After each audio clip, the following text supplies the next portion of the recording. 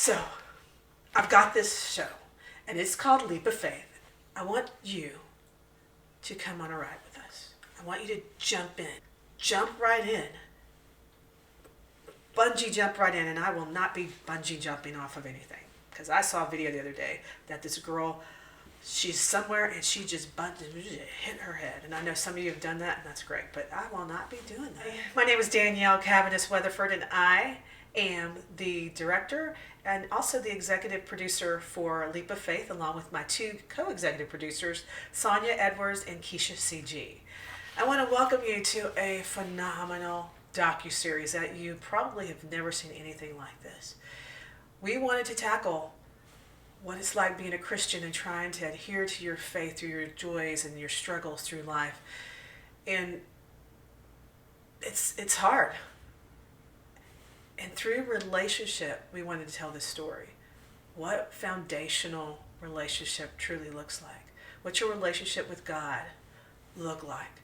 As well as those that you love, that are your family, your neighbors, your co-workers. Those are neighbors too. In the church, what are you doing to create generational health and faith? Do you ever think about foundation? You ever walked across a foundation before a house has been built upon it? And then you walk in the house and you go, okay, what do I do with these rooms? How do I make them into an experience? And then how do I share that with someone else? The foundation has to be solid first. Because if the foundation isn't solid, walls begin to crack. Flooring begins to crack. If you have a rug, if you pull it up, you may have cracks in your foundation. I grew up in a house that had a lot of cracks in the foundation. But the house was solid in structure. The potential was there. But the growth and the beauty within that home didn't mesh with that foundation of the home. And a lot of things fell apart in that home. What things looked like the outside did not match what was inside.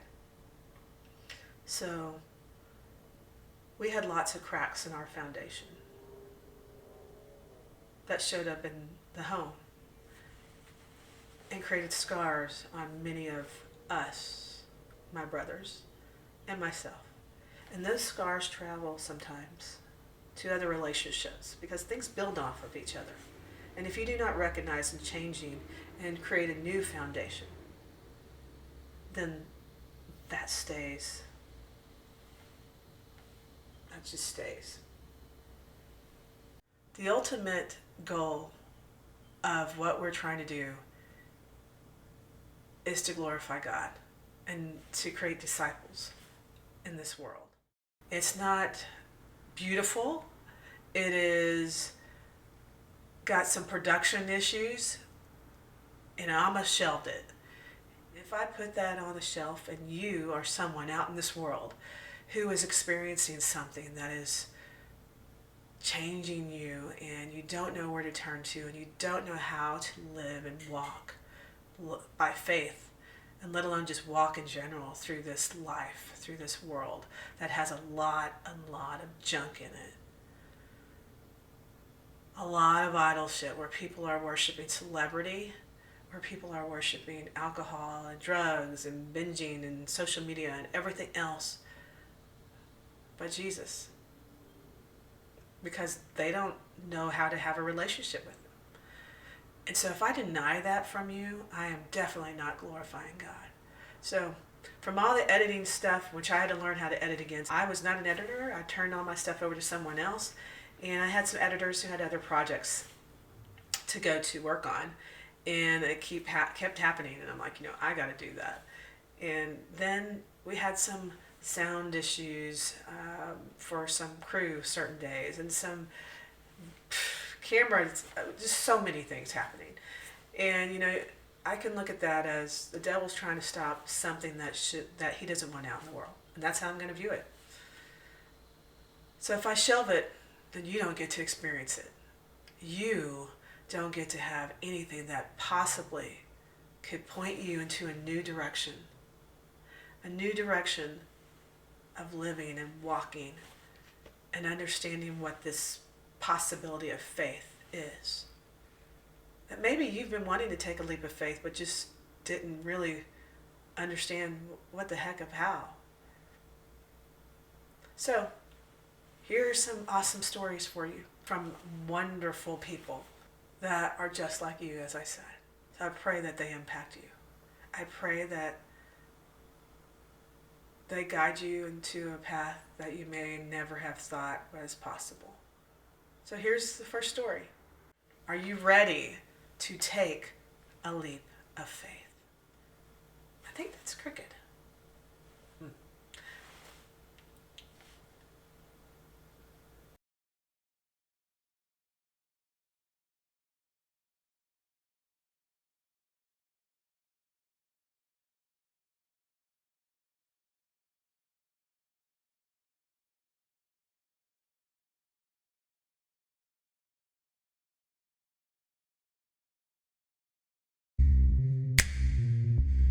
I gave him back my ring.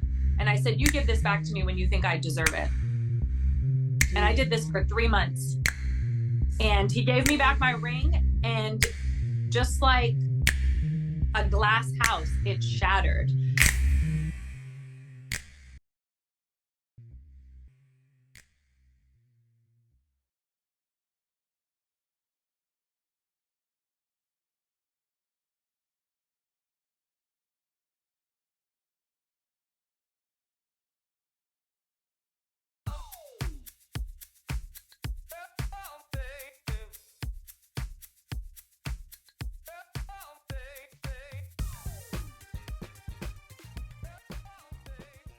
All right, let's roll, ladies. My name's Devin Butler, and I live in Dallas, Texas.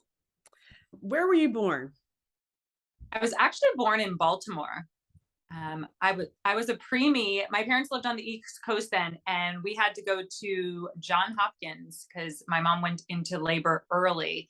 So I was born in Baltimore. My dad worked for IBM, and that's where we were at that time. Okay, Devin is my cousin, and we look a little bit alike. Even the hair is kind of close a little bit too. Yeah. Anyway, and so her mom is very, very close to my heart. And so I know a lot about your upbringing, but the rest of the world doesn't know that. So what I want to do is also get in a little bit of talking about the church and the family and the influence of the church in the family as you were growing up. So can you speak a little bit about that? Yeah. I mean, I definitely remember growing up that church was a really important part of what we did as a family, right? The Black church holds such a strong, like, cultural aspect. So it was just like the thing you did on Sunday, right? And I just remember that there was no option, there was no question whether we were going to church. So we were always in attendance, and I can remember it feeling like it was a special event, right? Like, you got really dressed up. And at that time, the church we attended, there was no kids' church. So you were in the main sanctuary with your family, 3-year-old, 5-year-old, 7-year-old, whatever. And I just remember, like, we always went to church, but church just held a very specific space, right? You went to church, then you came home from church, and you went back to whatever it was you were doing before you went to church. I just don't ever remember church being in our home.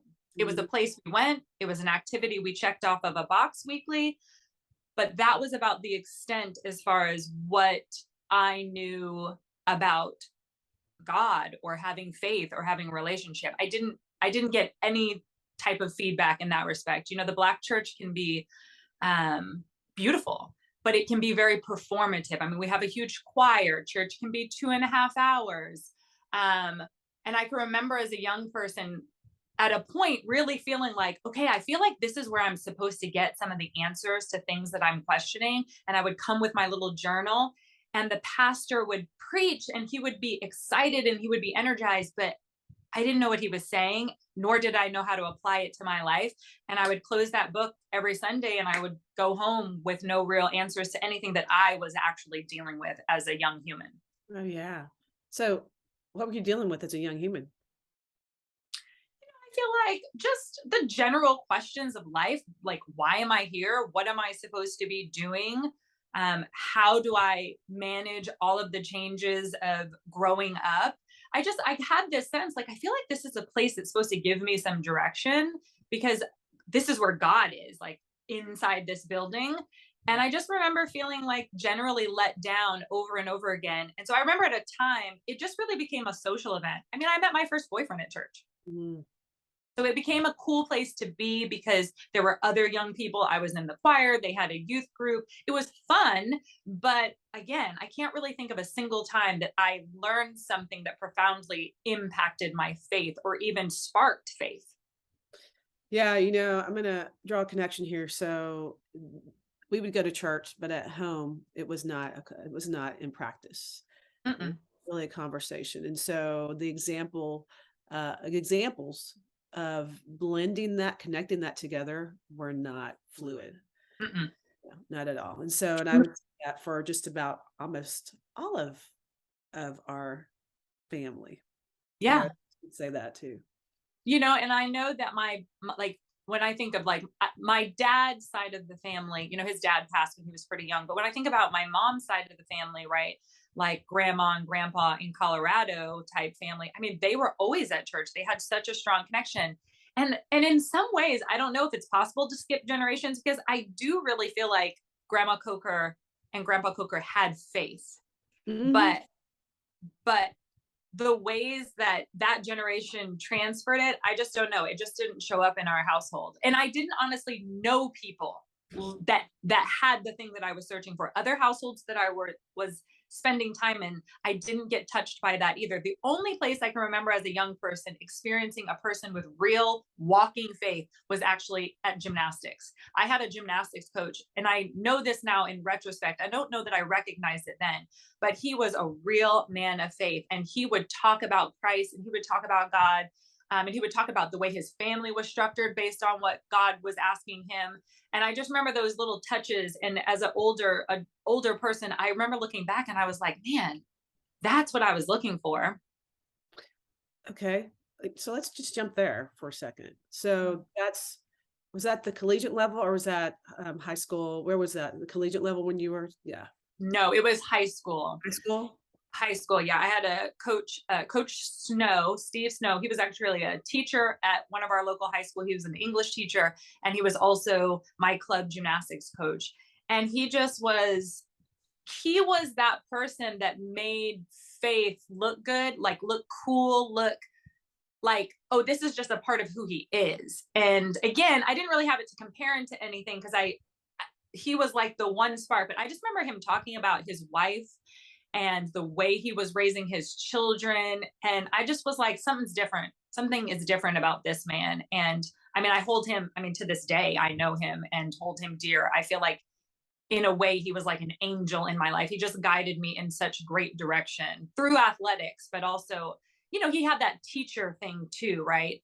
And so he was just such a great influence. And when I look back, I'm like, he had it. He's got it.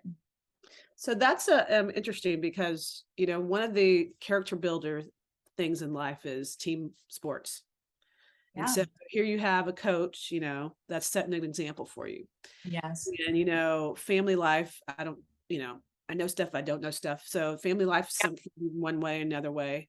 And there's peer pressure and stuff like that. So when you're starting to go through puberty, and then you're kind of looking at the romantic things in life of that Yeah. guy, maybe the guy in church. Yeah.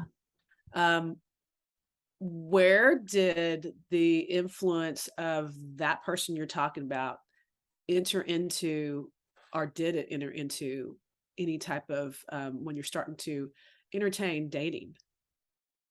Hmm. You know, I feel like that part of my life was such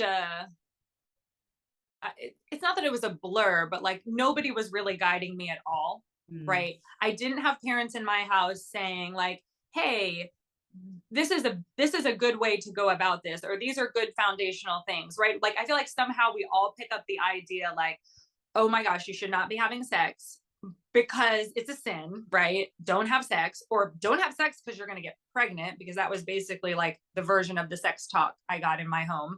And so I feel like kids at that age, it's just like you're just trying to figure it out the best you can. And for me, there was no foundation of faith to give me any other options but to do it worldly. There was no other influence saying to me like I got a boyfriend at, I think I was 14 when I first met that boyfriend. And I just self-directed myself through what I thought was appropriate and what I thought was appropriate. So, right, like, am I comfortable with this? Am I not comfortable with this? There was no other influence saying to me like, hey, let me give you some reasons why this might be a better way to go about this. I feel like in my later years, I've learned a lot of things and a lot of great conversations that I can have with my children, because at the end of the day, there's no controlling anyone else, right? But like giving them the real feedback about why we want to make these solid choices. There was nobody like that. Like, I just think of that, like, even my friends, we were all just kind of in the same boat. No one was guiding us, which as a parent now, I'm like, oh my goodness, like, how did we survive this? Yeah. Yeah. We could probably say, as all Black women, that the family has been something that's been a target, and taking God out of family, the foundation of the family. So, changing that trajectory, trying to advance God's kingdom and passing those skills and everything else like that, those conversations of what that can look like it's huge. So you spoke about, and Keisha, you guys jump in anywhere. I don't mind you guys interrupting me if you have something to say. I was going to ask Devin, and correct me if I'm wrong. I thought I heard you say, did you say you met your first boyfriend when you were 14 in the church? Mm-hmm. Okay. Yes. So how did that relationship go? You're 14 years old. You met him in the church. Was that like and I hear you saying about like the guidance wasn't exactly there. So what was that relationship like? Yeah. Well, it's funny because it's like hard. I'm so old. I'm like, how did we meet? We must have met through youth group. And I don't even know. I feel like I asked my parents if he could come over. I don't even know how we got to be boyfriend, girlfriend, but this is what I do remember. And it's funny because his mother is still such a good friend of mine. She actually she works with me with Joy Pop. Like, I still spend a lot of time with his mom. And she's actually probably the second person I would say as far as faith is concerned. But again, she wasn't talking to me at that time then about these things. But I just remember, like, I don't know, liking him and mom, can this boy come over? And like it being so awkward, because I feel like parents of girls are so different than parents of boys, because this family only had boys. They had 2 sons. And of course it was Brian and I have a brother. And he would come to my house and like, we'd have to sit in the den with all the lights on, and like, just, he'd have to be 6 feet from me and all of those types of things. But when I went to his house, it was a completely different story. Like, we could literally go in his bedroom and close that door, and his mom would knock and be like, hey, do y'all want some dinner? And just like would give us insane amounts of privacy. Right. And so the relationship was, I think, as good as a 14-year-old can be. That was my only boyfriend until I went to college.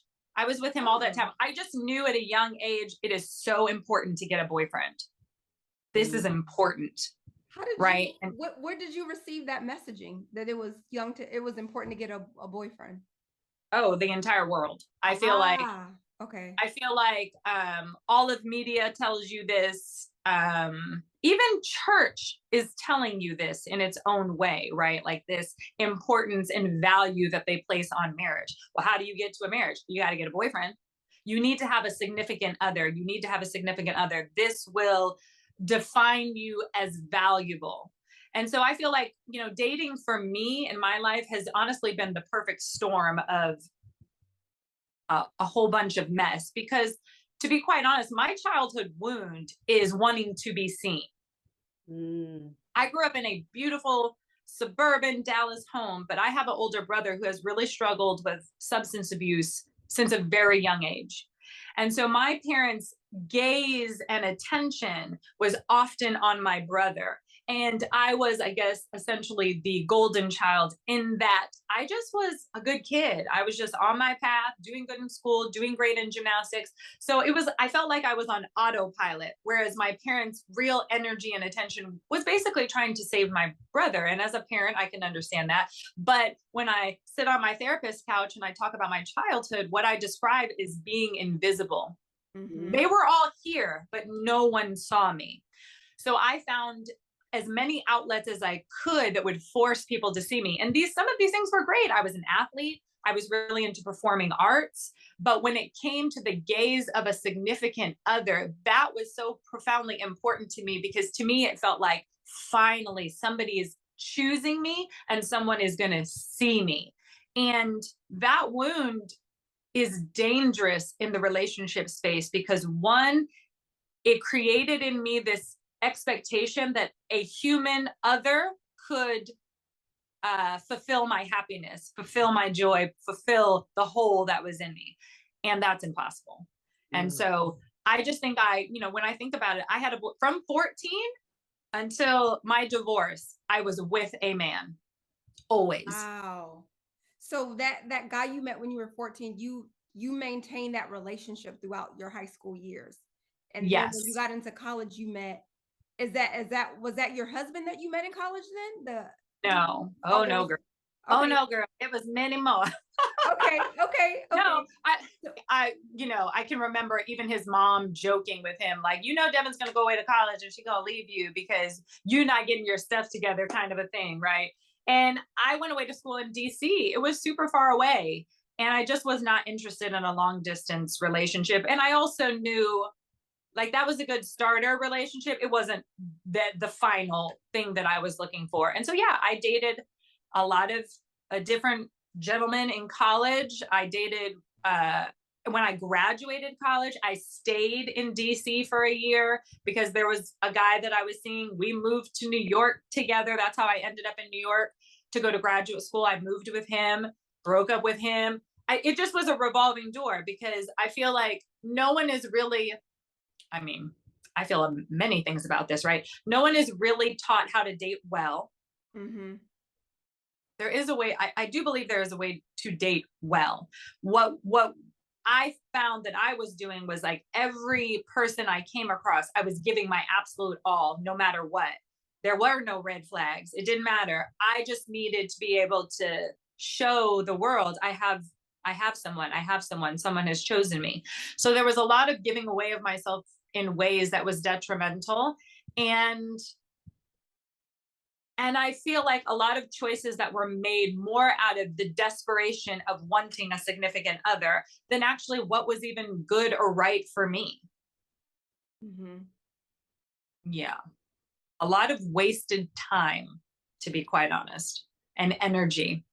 So how old were you when you met your husband? I was, I believe, 26 when I met my ex-husband. How long did you guys date? Oh, we dated 3 years before we got engaged. Okay. And then, Now, go ahead. the truth of that scenario is, when I met my ex-husband, I did not know Christ as I know him now, but Mm-hmm. when I think about my life, I always had the presence of God with me. When I met my ex-husband, God clearly, more clearly than probably anything he has ever spoken to me, said, "This is not for you." Mm. And I remember telling God, "I'm good. I got this," because I wanted what I wanted, right? On paper, my ex-husband was all the, single. He had been an athlete like I did. He played soccer in college. He had been a pro athlete. We just matched up so well on paper. But I feel like God was like, "Okay, I'm gonna sit over here. I'm gonna sit over here while you go do that." But I literally remember God telling me, "This is not for you." And to be honest, when I think about that, I believe what God was saying to me was, "I have other things to do with you before you will ever be ready to be a wife. And I have other plans for you." But again, that drive to be chosen was so strong in me that even I feel like my exes and our engagement was really an ultimatum type situation. Mm. Wow. Wow. Oh yeah. Oh yeah. Because we were in New York together, we were dating, and then I got a job offer to go back to DC. And when I was in DC, he started grumbling, well, I don't really want to be long distance. And I was basically like, I get it, but I'm not moving back to New York to be anybody's girlfriend. Like, if I'm going to leave this job and come back to New York, I need to be someone's wife. And that's what it was. Right? Well, I think you said a little bit ago, you were not in your faith then the way you are now. Absolutely not.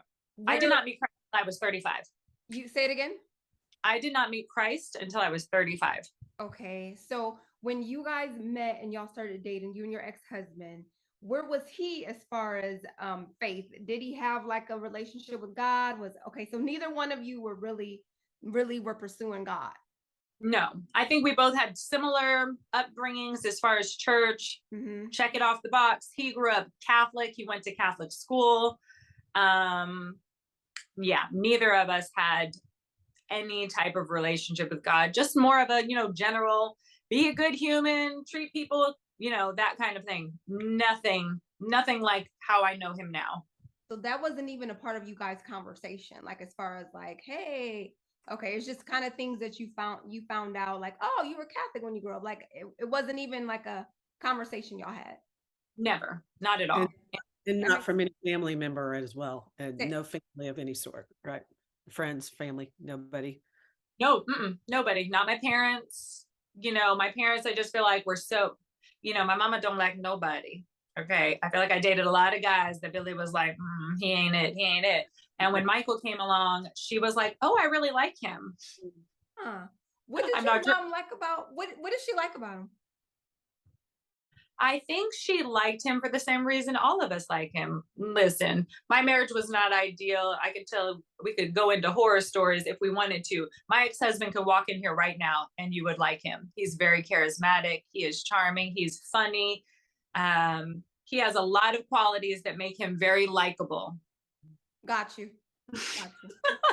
This happened because Vanessa is my boyfriend from high school. That's his mother. We spend time together every week, and she knows every detail, every dirty detail of that scenario. And my ex came here to see the kids, and he was here in my home, and he came in here, and she literally, when he left, she was like, I'm shocked because I really liked him. Even all that I know, that's just who he is on this earth. He is that kind of. I got you. He's that kind of person that'll pull you in. He pulls you in with his personality. Yeah. My dad was similar. Yeah. Yes. Yes. Okay. My dad is similar. I mean, in a lot of ways, I married my dad. My dad is super charismatic. Everybody loves Harry because he's that type of people person. But for the most part, you don't ever get to see the underbelly that exists with that type of personality, right? The passive aggressive, the inability to communicate well. And I'm sure the list goes on, right? And so that's really hard because in my home growing up, there were two personality types. My mom was crazy because she was always yelling and screaming. And my dad was almost seen as the victim, right? Like, oh, poor Harry. But the reality is my father is passive aggressive. And so he's basically poking you with a needle in your back that nobody else can see until you are screaming about certain topics. And so, there are complex dynamics, but I will say this, my dad's personality walks this earth in a much easier way. Do you know what I mean? No, I understand exactly what you're saying. You know what I mean? Because it would be, well, you're looking at who are you more likely to get along with? The dad who's like your dad's personality, who's very charismatic, probably very funny, and he goes into the room, people are like, oh my gosh, or like you said, your mom, she does some screaming, some yelling. So yeah, exactly. So I get that. It's hard. Yeah. So you met your ex-husband, you guys got married, neither one of you were Christians, were walking in the faith. Y'all dated, got married, and then you got to the point of where y'all were like, this is not going to work. Y'all are going to get a divorce, go through a divorce. I mean, it was almost not working from the moment we got married. When I walked down the aisle, my parents walking me down the aisle, I remember thinking, girl, if this don't work out, you can just get a divorce. Mm.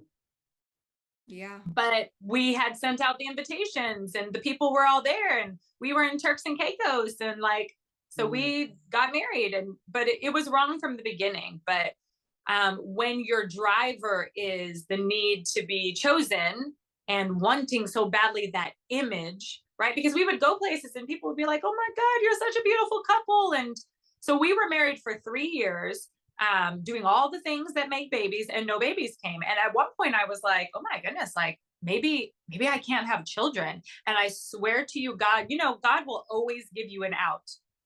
God will always give you an out. And I swear God was like, girl, you can go. You can go. You can go. And you can go without no receipts on this. You can go. And this was a conversation we were starting to have where we were like, man, this really just does not seem to be working for us. And we actually were living in separate places in New York, married, but in 2 different apartments. And that's when I got pregnant. And I remember when I found out I was pregnant, I was like, well, this seems like worst case scenario. And my ex was like, this is amazing. And I was like, is it? I don't know if it is. And then I guess we do the thing where it's like, oh, this is going to fix it. Right. I think a lot of people do this. Like, let's get married. It'll fix it. Let's have a baby. It'll fix it. Let's buy a house. It'll fix it. It don't fix it. So now you just have a baby. Because the foundation is not solid. So no foundation. Exactly. And then I got pregnant almost immediately again. I was pregnant with my son. Irish was only 3 months old. Wow. And so, all that comes with becoming a new mom and becoming a new mom back to back.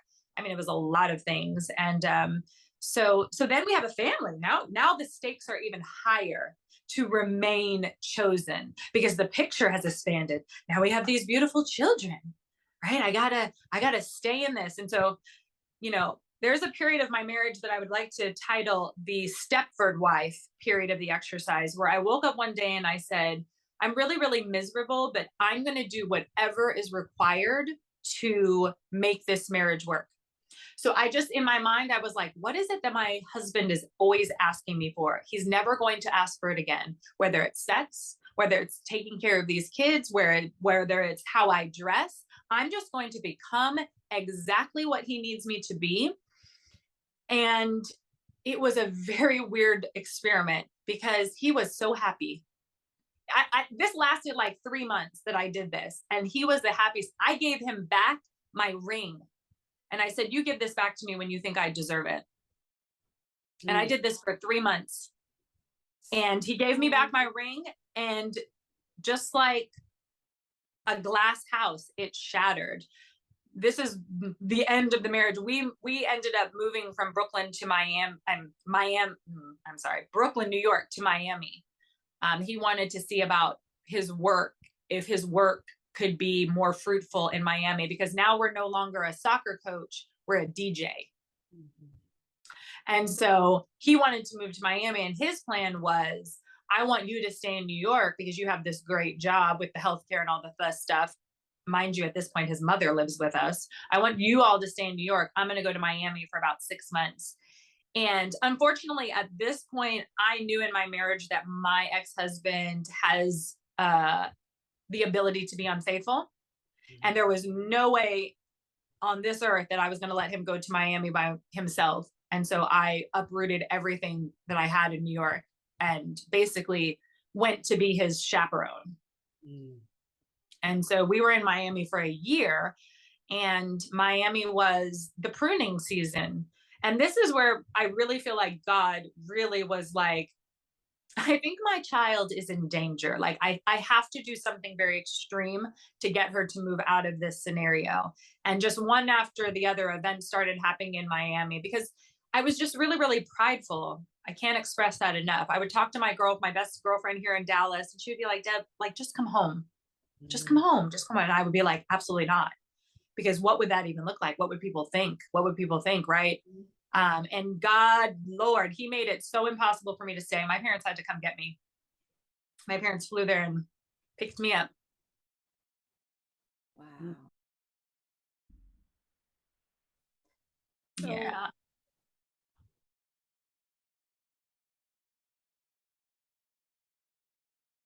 after you divorced, that's where you started to really get your relationship with God. You said you were 35. Actually, it was before. Oh, before. It was Okay. before. So Take when us I back to came that. home, I came home in November of 2015, and when I came home, we were separated, and we had a long separation because, again, to release idolship is a long process. Okay, so even when I came home, there was still a part of me that was like, I think I can fix this. And so, long story short, I'm pretty big on mental health, and like I was like, I'm not well. Like I am suffering from depression. Like this separation, because when you have your idols and they are ripped from you, it leaves you in a very bad space. And so I remember thinking to myself, okay, I got a couple options here. I can go to the doctor and get medication, which there's nothing wrong with that, right? Like I need something that's going to fix this feeling in me today. And I remember thinking, or I could go to church. And I remember thinking like, why would I go to church? Like, where did that even come from? Like, church can't help this. So I ended up in a doctor's office, and I ended up leaving the doctor's office before the appointment because I had just started a job as a life insurance salesperson. And literally that week at school, I had learned that if you get an antidepressant or anti-anxiety medication on your medical record, it can change the price of your life insurance. And I said, you know what? I'm going to leave here and I'm going to go get my life insurance. And I ended up at church. And so the church that I ended up going to, I did some counseling. My ex-husband and I did some counseling.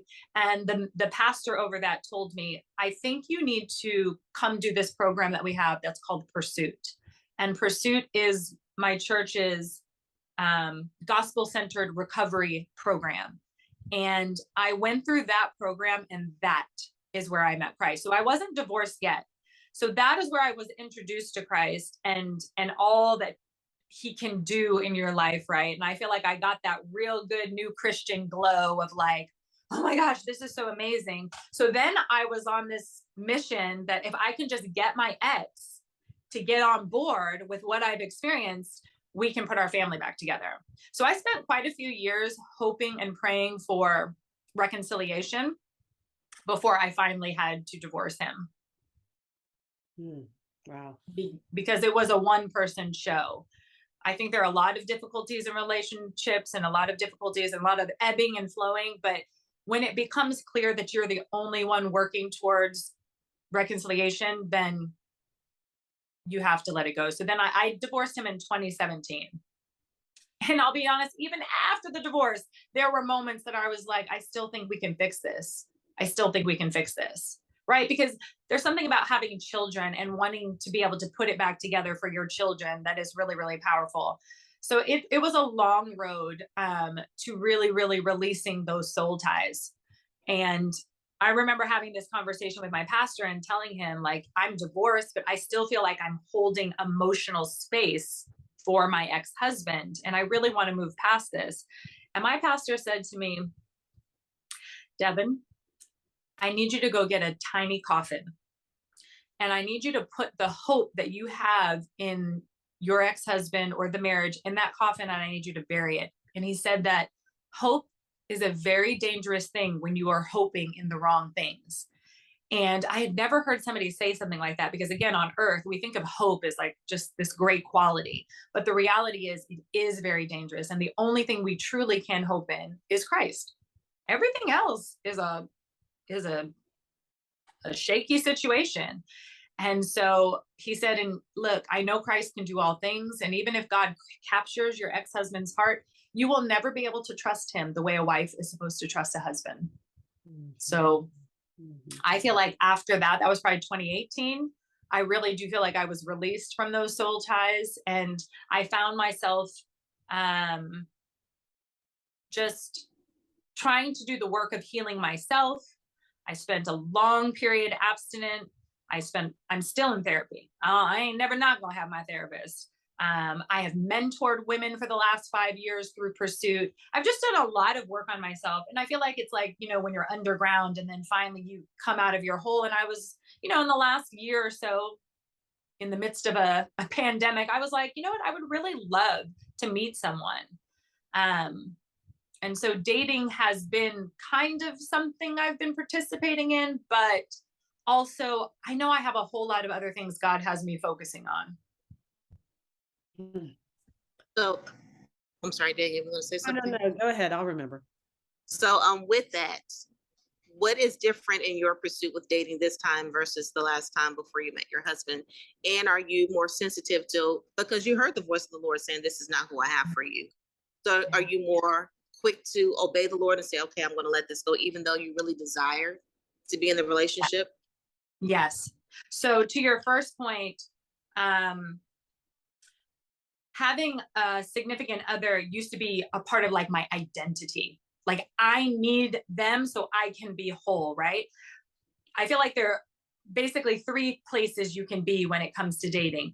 Identity, which we all know is not ideal and not a healthy space. It can be a desire, right? A desire of your heart, something you want, or you can live in God's will, right?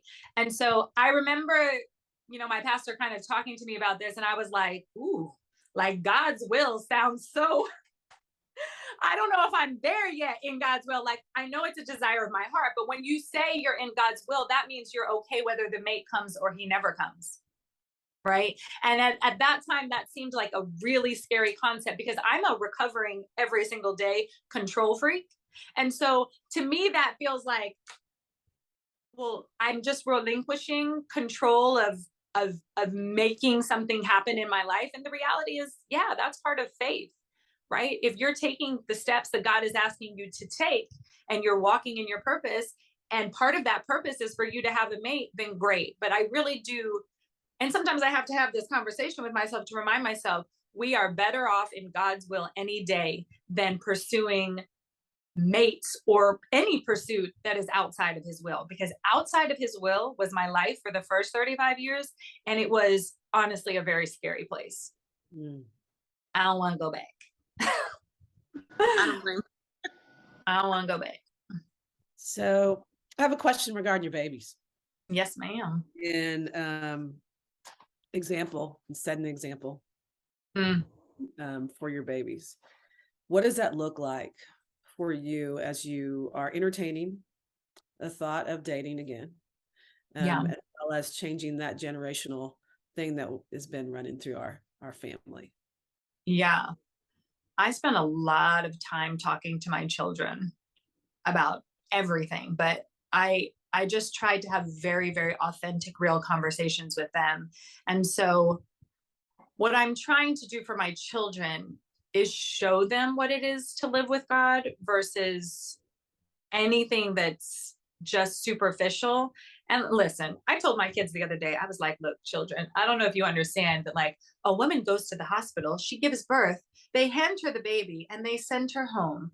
And I said to them, I don't know what I'm doing, but I'm doing the very best that I can to do better than was my childhood. And I said to them specifically about their own faith walk, because I said, you know what? I really don't know what I'm doing in this realm because mommy did not know God like I am presenting him to you growing up. I said, if you want to wait, have a nervous breakdown at 35 and meet the Lord, then I can walk with you in that because that's what I know. And often we teach from what we know. But I said, I think what would be better is for us to pour into you a little bit every day about what it is to know Christ, what it is to build a relationship with him authentically yourself, and go from there. I'll always be here for the nervous breakdown, but I think there's a better way to go about this. And, even the way our church is set up, even the way kids' church is presented and the conversations that they're having and the people that I have around them, because I didn't know, like, my church was way outside my neighborhood. So when I went to church, I saw kids that I never saw at school. I didn't see kids. I did not have children that I'm like, oh, that kid goes to church too. Not even my best friend. She went to another church way downtown. So now I feel like, I just feel like the whole world has changed. Like Young Life was a thing when I was growing up. It was only for white kids. I was never approached to be in Young Life, right? And to have that youthful experience where both your like high school fun group of friends is also worshiping. Never experienced it. Now, I mean, my kids have had programming. There was a program that came into our, and when I say came into our elementary school, it's they use the building, but it was basically Bible study for elementary kids on Fridays, and I led a group. So to see that, like, to be in a space full of children who you go to school with that are also worshiping God and learning about God, and you go to a space that has a space just for you. You're not forced to sit in adult church. They have a space just for you, and they're talking to you about things that mean something to a 7-year-old, 8-year-old, 9-year-old. I just think the whole thing is set up different, but I get down on the ground with them a lot.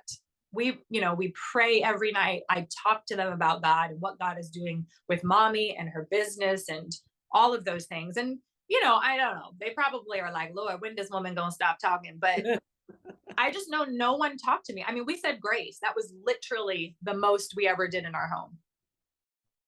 Yeah. Yeah. Yeah.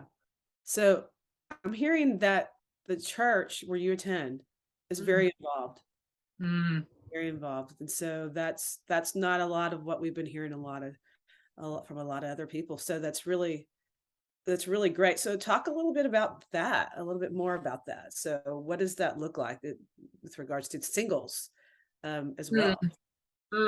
That's interesting. So my pastor really has a heart for singles. He also has a heart for married people, but he really has a special thing for singles because he has spoken a lot about the church's failure to highlight the value of your single life.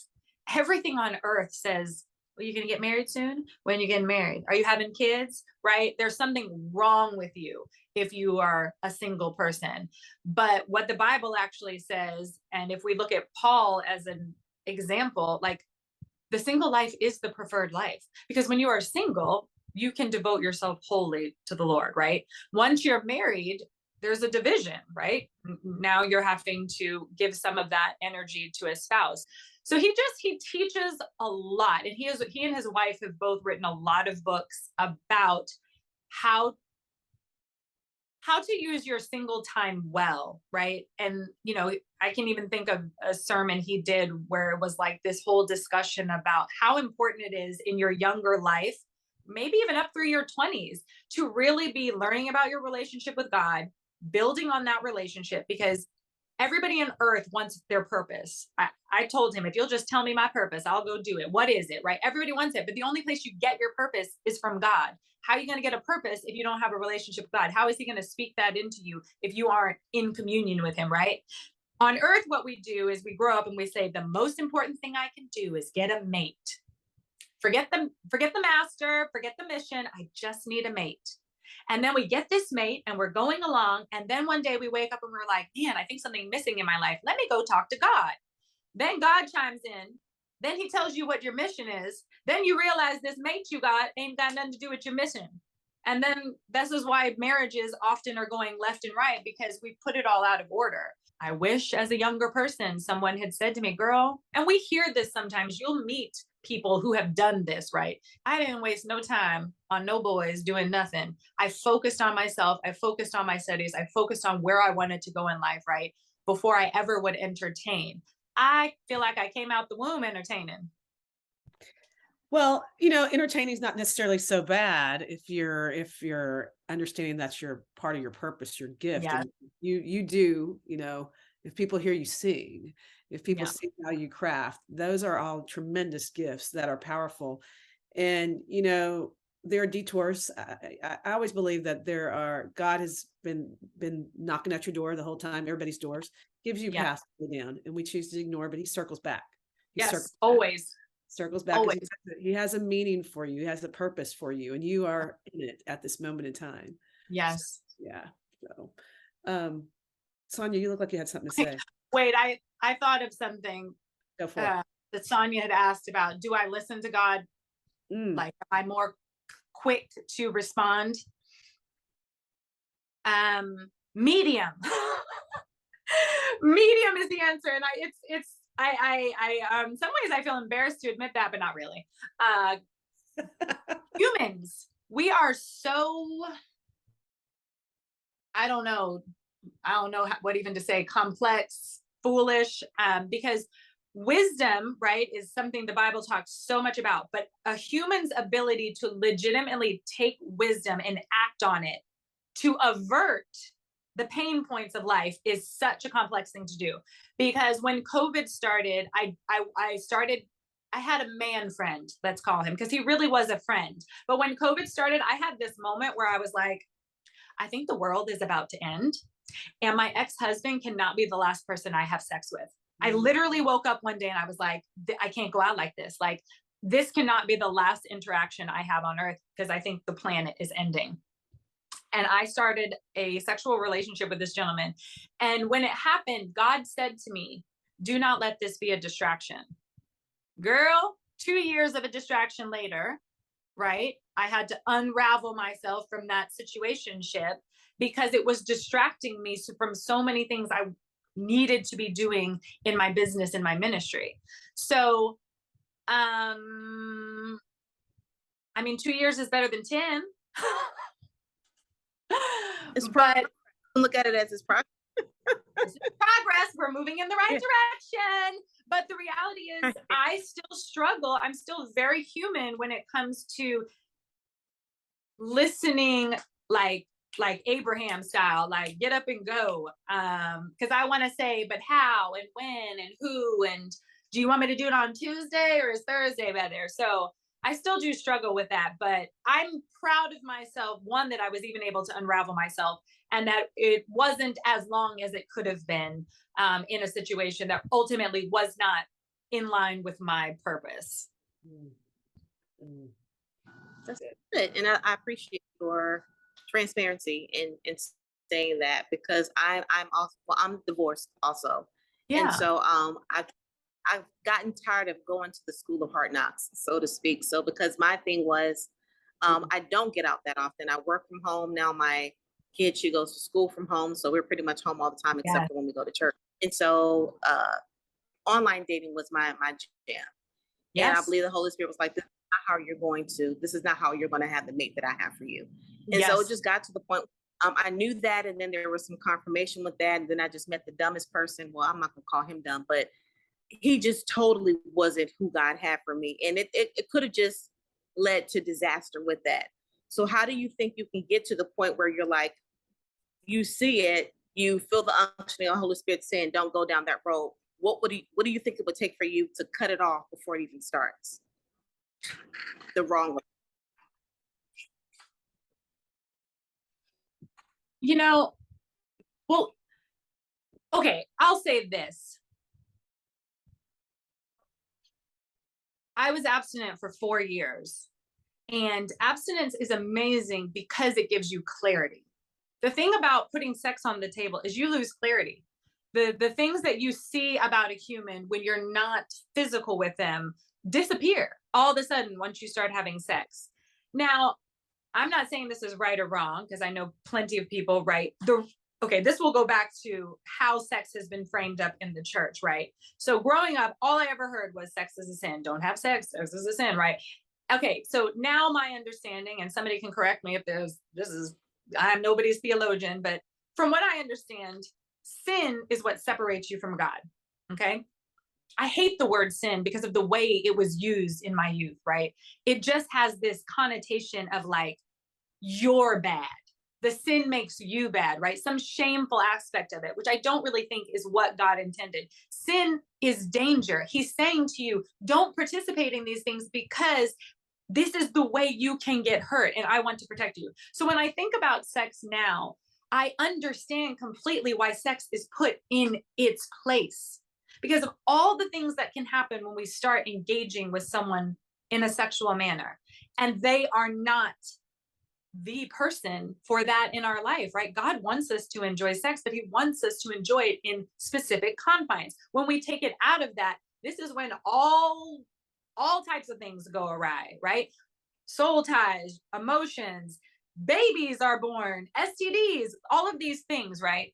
And so I don't know if I have a perfect answer that I'm going to say like X, Y, and Z is going to happen in the future, and I'm going to be able to make that choice immediately right. What I know is that I have more wisdom. Dating for me at this point is very difficult because I have I have allowed God to pour back into me the self-worth that was missing from my childhood and from most of my youth. So my standard of what I'm willing to entertain is honestly at a level I don't even know if this human exists. But what I do know is I'm good all by myself. And so when somebody comes to the table, now this situation with this gentleman, I'll be honest, was very specific because I really just wanted sex. Now, what happens when we start having sex is then in a certain amount of time, eventually you're going to start looking at that person and wanting more. And that's ultimately what happened. And this gentleman told me from the very beginning, I'm not emotionally available for more. And I was like, cool, because that's what we do. Cool. I mean, same, cool. And then you look up one day and you're like, but wait, I want to love you. I want more because I'm healthy and I'm whole and I want to go forward. Right. I don't know. I just don't know if I can. Humans love a pain point. That's how we learn. I won't be having casual sex anytime soon. I know that. I just have too many other things to do. And I know I get distracted. And that's why God's messaging to me wasn't shame on you for having sex. He was like, do not let this be a distraction. I have work for you to do. Meanwhile, what am I doing? Spend it all day dreaming about dude. Interesting. That makes, again, I love your transparency because sometimes we'll have, you know, the definitive, of course, I'm going to obey. And part of me, I think I'm on that path where, of course, if, you know, Mr. Hot Guy shows up, I've been equipped, me and Jesus, being me and you for X amount of years. What did the lady say in Titanic? Well, she's like, it's been 80. And that's how long it's been for me. I don't even know how long it's been. But, you know, you think that but see, I don't know. I really believe in my heart because I love the Lord. And I know that he knows that would hurt me. And I know that what that could do to me emotionally and spiritually, that I would be quick to say, but you don't know what you're capable of until you're faced with that temptation. So that's my hope for all of us in trying to be holy, that when we are faced with that, we'll choose him over the uppercase him, Jesus, over the lowercase him, whoever that is. So I feel like two things are happening, at least in my experience. I lived a certain way for 35 years. I'm not trying to make that an excuse, but like from a physiological standpoint, like I have ADHD. And so the ADHD brain works a very specific way when it comes to dopamine. So once you tip over into participating in the activity, it is very difficult to reel it back in. But you're right about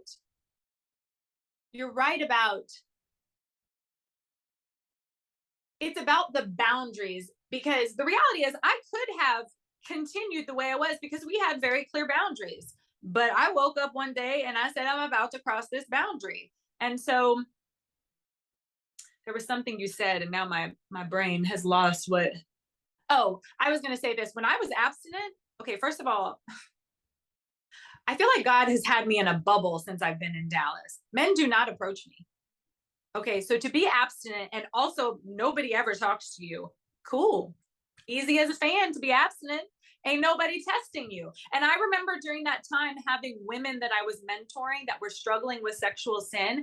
And I kind of think I was a little bit, I don't know if prideful is the right word. I would just be like, girl, just be abstinent. It's not so hard. Ma'am, you don't have a dude calling you. Nobody is calling you. Right. And so I feel like once I had this experience, it humbled me to remind me this is hard and we have to give grace.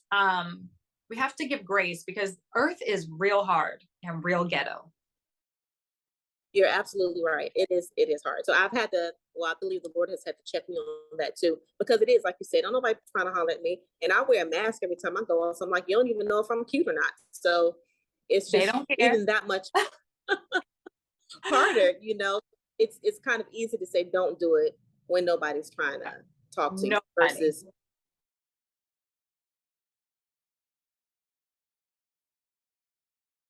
being more respectful. I don't have that. Yeah, so it's definitely a process, I would say. Yeah. But it's good because, you know, your heart is ultimately that you want to please the Lord, and so that you don't want to get caught up in those situationships, but you're real enough to know that it's a challenge when it does present itself again. And I think what I'm learning too is that what will help me in that situation, I'm hoping when I do face it, in case the next guy that I meet is not my future husband, is that I'll look at that guy's character too, and where his relationship, that guy shooting you up. Well, I won't, DMing her later. I'll do it at noon, and so she'll Yes. think relationship is with the Lord, and that if he really loves the Lord and he really respects me, that he won't even ask that of me because he doesn't want to put me in jeopardy with my relationship with the Lord. And so that's Yes. what I'm hoping. And my faith is that there are men out there like that. I don't know where they at, but my faith is that they're out there. So. Amen. I hope they're out there too. But in the meantime, you keep growing, you sis, and keep living for the Lord, because my pastor talks. I'm gonna write a book that's called "My Pastor Said," because I don't really have no original thoughts about these things. But I mean, he's talked a lot about really the epidemic, especially in the Black church. If you are looking for, because my dream beau is a Black man. I grew up. My father is a Black man. Like that. That's just. And I've had moments where I've considered, can I date outside my race? And I don't know how much therapy is going to be required for me to be able to do that. It's not a part of who I am. But I mean, my pastor talks a lot about the plight that the Black woman is experiencing trying to find the Black man.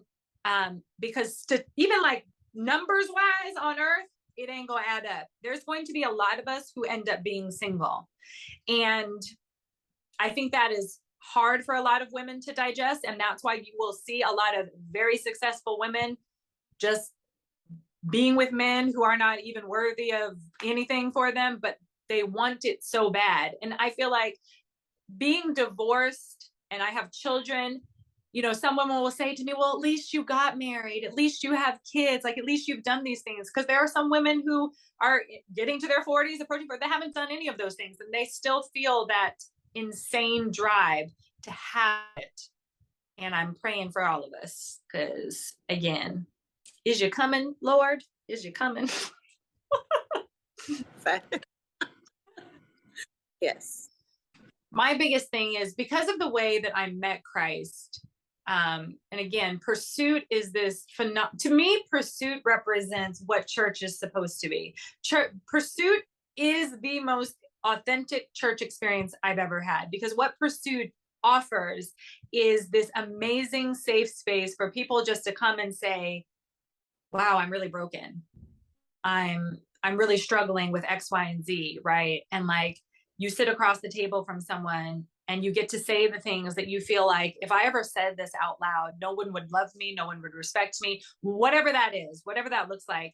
And you say it, and the person across says, cool, let's talk about it. And let's see how we can invite God into here. And when we do the opening intro, a lot of times, it's like this conversation, you're not coming here to be fixed. You're not coming here so that we can, tell you to stop watching porn or having sex with someone who's not your spouse, or smoking weed, or whatever it is you're doing right now to self-soothe.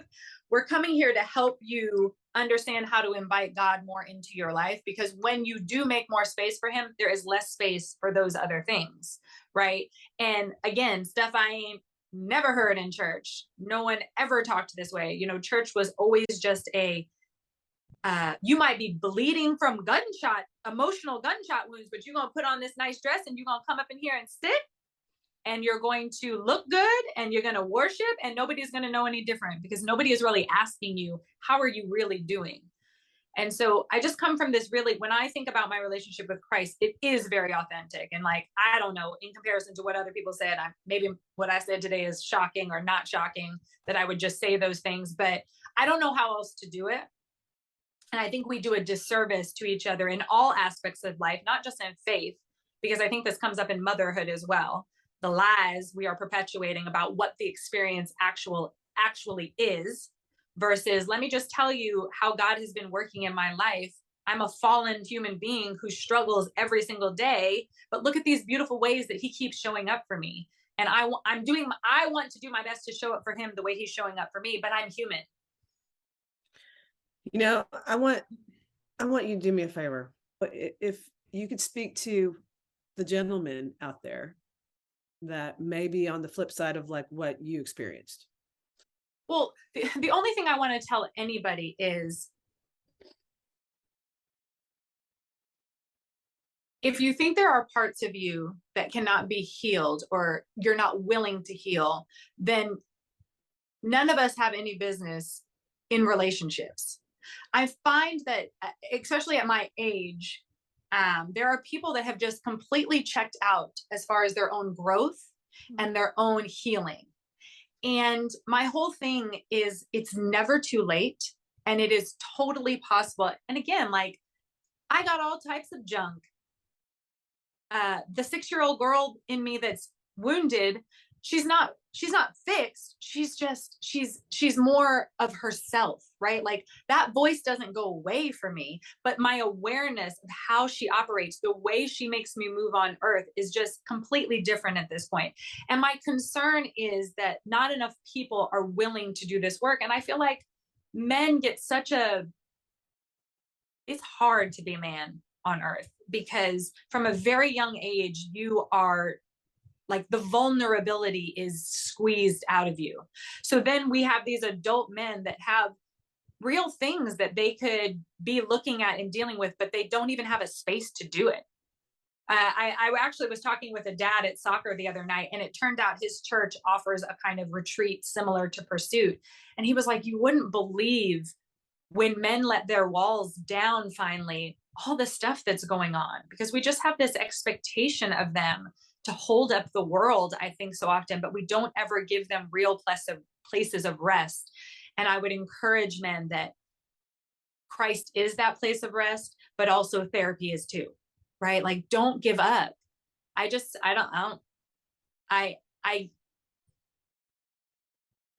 feel bad for humans in general that feel like they've just come to a place that this is all it can be. And I feel like part of my push on earth is, it's not. I don't care if you're 8, 18, or 80. Christ can change your life. And not in a superficial way of like, oh, pray about it. Because when I first came home, I had a lot of people saying, oh, girl, you should pray. And I was like, I'm going to punch you in your face if you say something like that one more time. Give me actual steps and tools. And I feel like that is what Pursuit gave me, was like, oh, this is how you manage life, because life is going to continue to life. And I'm going to continue to have to come up against these walls. And what do I do with the baggage that comes on me as I go through this? Oh, I have this process I can go through that helps me to continue to put my best Christ self forward, because I know how to operate on earth. And I felt like when I went through Pursuit, I was like, why is this like a secret? Because churches are not talking about healing enough. And it's weird. It almost feels like to me, and God bless churches, because it's humans, so of course they're faulty, but it almost reminds me of like the healthcare system in the United States, that's actually like a money-making tool. So they prefer you to be sick, because if you get healed, how will we make money? Somehow I feel like churches currently operate in this weird thing where we want you to be addicted to the spiritual experience enough to keep coming back every Sunday and tithing, but we're not actually going to show you how to get well. I don't know why they would do that. Maybe they're out of fear, if we're well, we don't come to church anymore, and then the juggernauts can't run. I don't know the answer, but it felt like, why isn't everyone in church required to go through a program like this, right? Because everyone has something they can heal from. And imagine if all of us were healing instead of living in anger or bitterness or resentment. Yeah. Yeah. I love that your church offers that, and I wish that more churches did, because like I was talking about earlier before you came on, I mean, there's so many people that are hurting, and they are, you know that they're Christians because that's what they profess, but they are not living like Christians. But part of it is because they don't know how to live like Christians, because no one has taught them how to deal with the childhood hurt. Nobody has told them how to deal with the desires, whether desires to have sex or to smoke weed, what their bodies, their flesh is used to doing. It's like, it's too taboo to talk about in the church. Well, where else are they supposed to go to talk about it? They don't know. They don't necessarily want to go to a counselor. So you're thinking that I'm going to go to church, but then the church won't talk about it and won't address the issues. So kudos again to church for doing something like that. And I pray that more churches will do that, because it's needed. We all need to know how to have and maintain a relationship with the Lord. But the way that we grew up in church, where it was just kind of like You live holding, you're nice to everybody on Sundays, but then you live like the devil on the other 6 days. Right. That has to stop. We stop playing church. So I love that your church goes deep, because that's helping truly to get people delivered. So Yeah. I think that's just, so I thank you for sharing that. Absolutely. Great. I'm so glad I made it. I don't be reading nobody's email. Devin, you are funny. We're glad you made it too. Thank you so much for sharing your story. I hope I get to see y'all in real life someday. You will. Yeah. Oh my. It's been a long road, but ain't nothing but happiness here. I'm singing and dancing, I'm finally moving with no fear. I'm feeling blessed, the sun is shining, the birds are free. Nothing but joy inside of me. Oh, oh, oh. I'm walking down the street, the smile on my face. People are looking, they see the light shining in me. I'm feeling alive and I'm feeling brand new. Everything's coming together, it's all falling into place. Woohoo! It's been a long road, but ain't nothing but happiness here. I'm singing and dancing, I'm finally moving with no fear. I'm feeling blessed, the sun is shining, the birds are free. Nothing but joy inside of me. Ooh, ooh, ooh, ooh. Nothing but joy inside of me. Ooh, ooh, ooh, ooh, ooh. I'm gonna take it all in and enjoy this moment. I'll keep dancing and singing, I'll let it all out, won't I? Life is too short to waste, I'm gonna make the most of it. I'll let my heart shine and just be happy, I'll jump in on it. Oh, oh. It's been a long road, but ain't nothing but happiness here. I'm singing and dancing, I'm finally moving with no fear. I'm feeling blessed. 100% should have taken a before photo of my hair, but I've been outside at soccer for 1 hour. Okay, I did this hair this morning. Okay. Enjoy this moment. I'll keep dancing and singing, I'll let it all out. Life is too short to waste. I'm gonna make the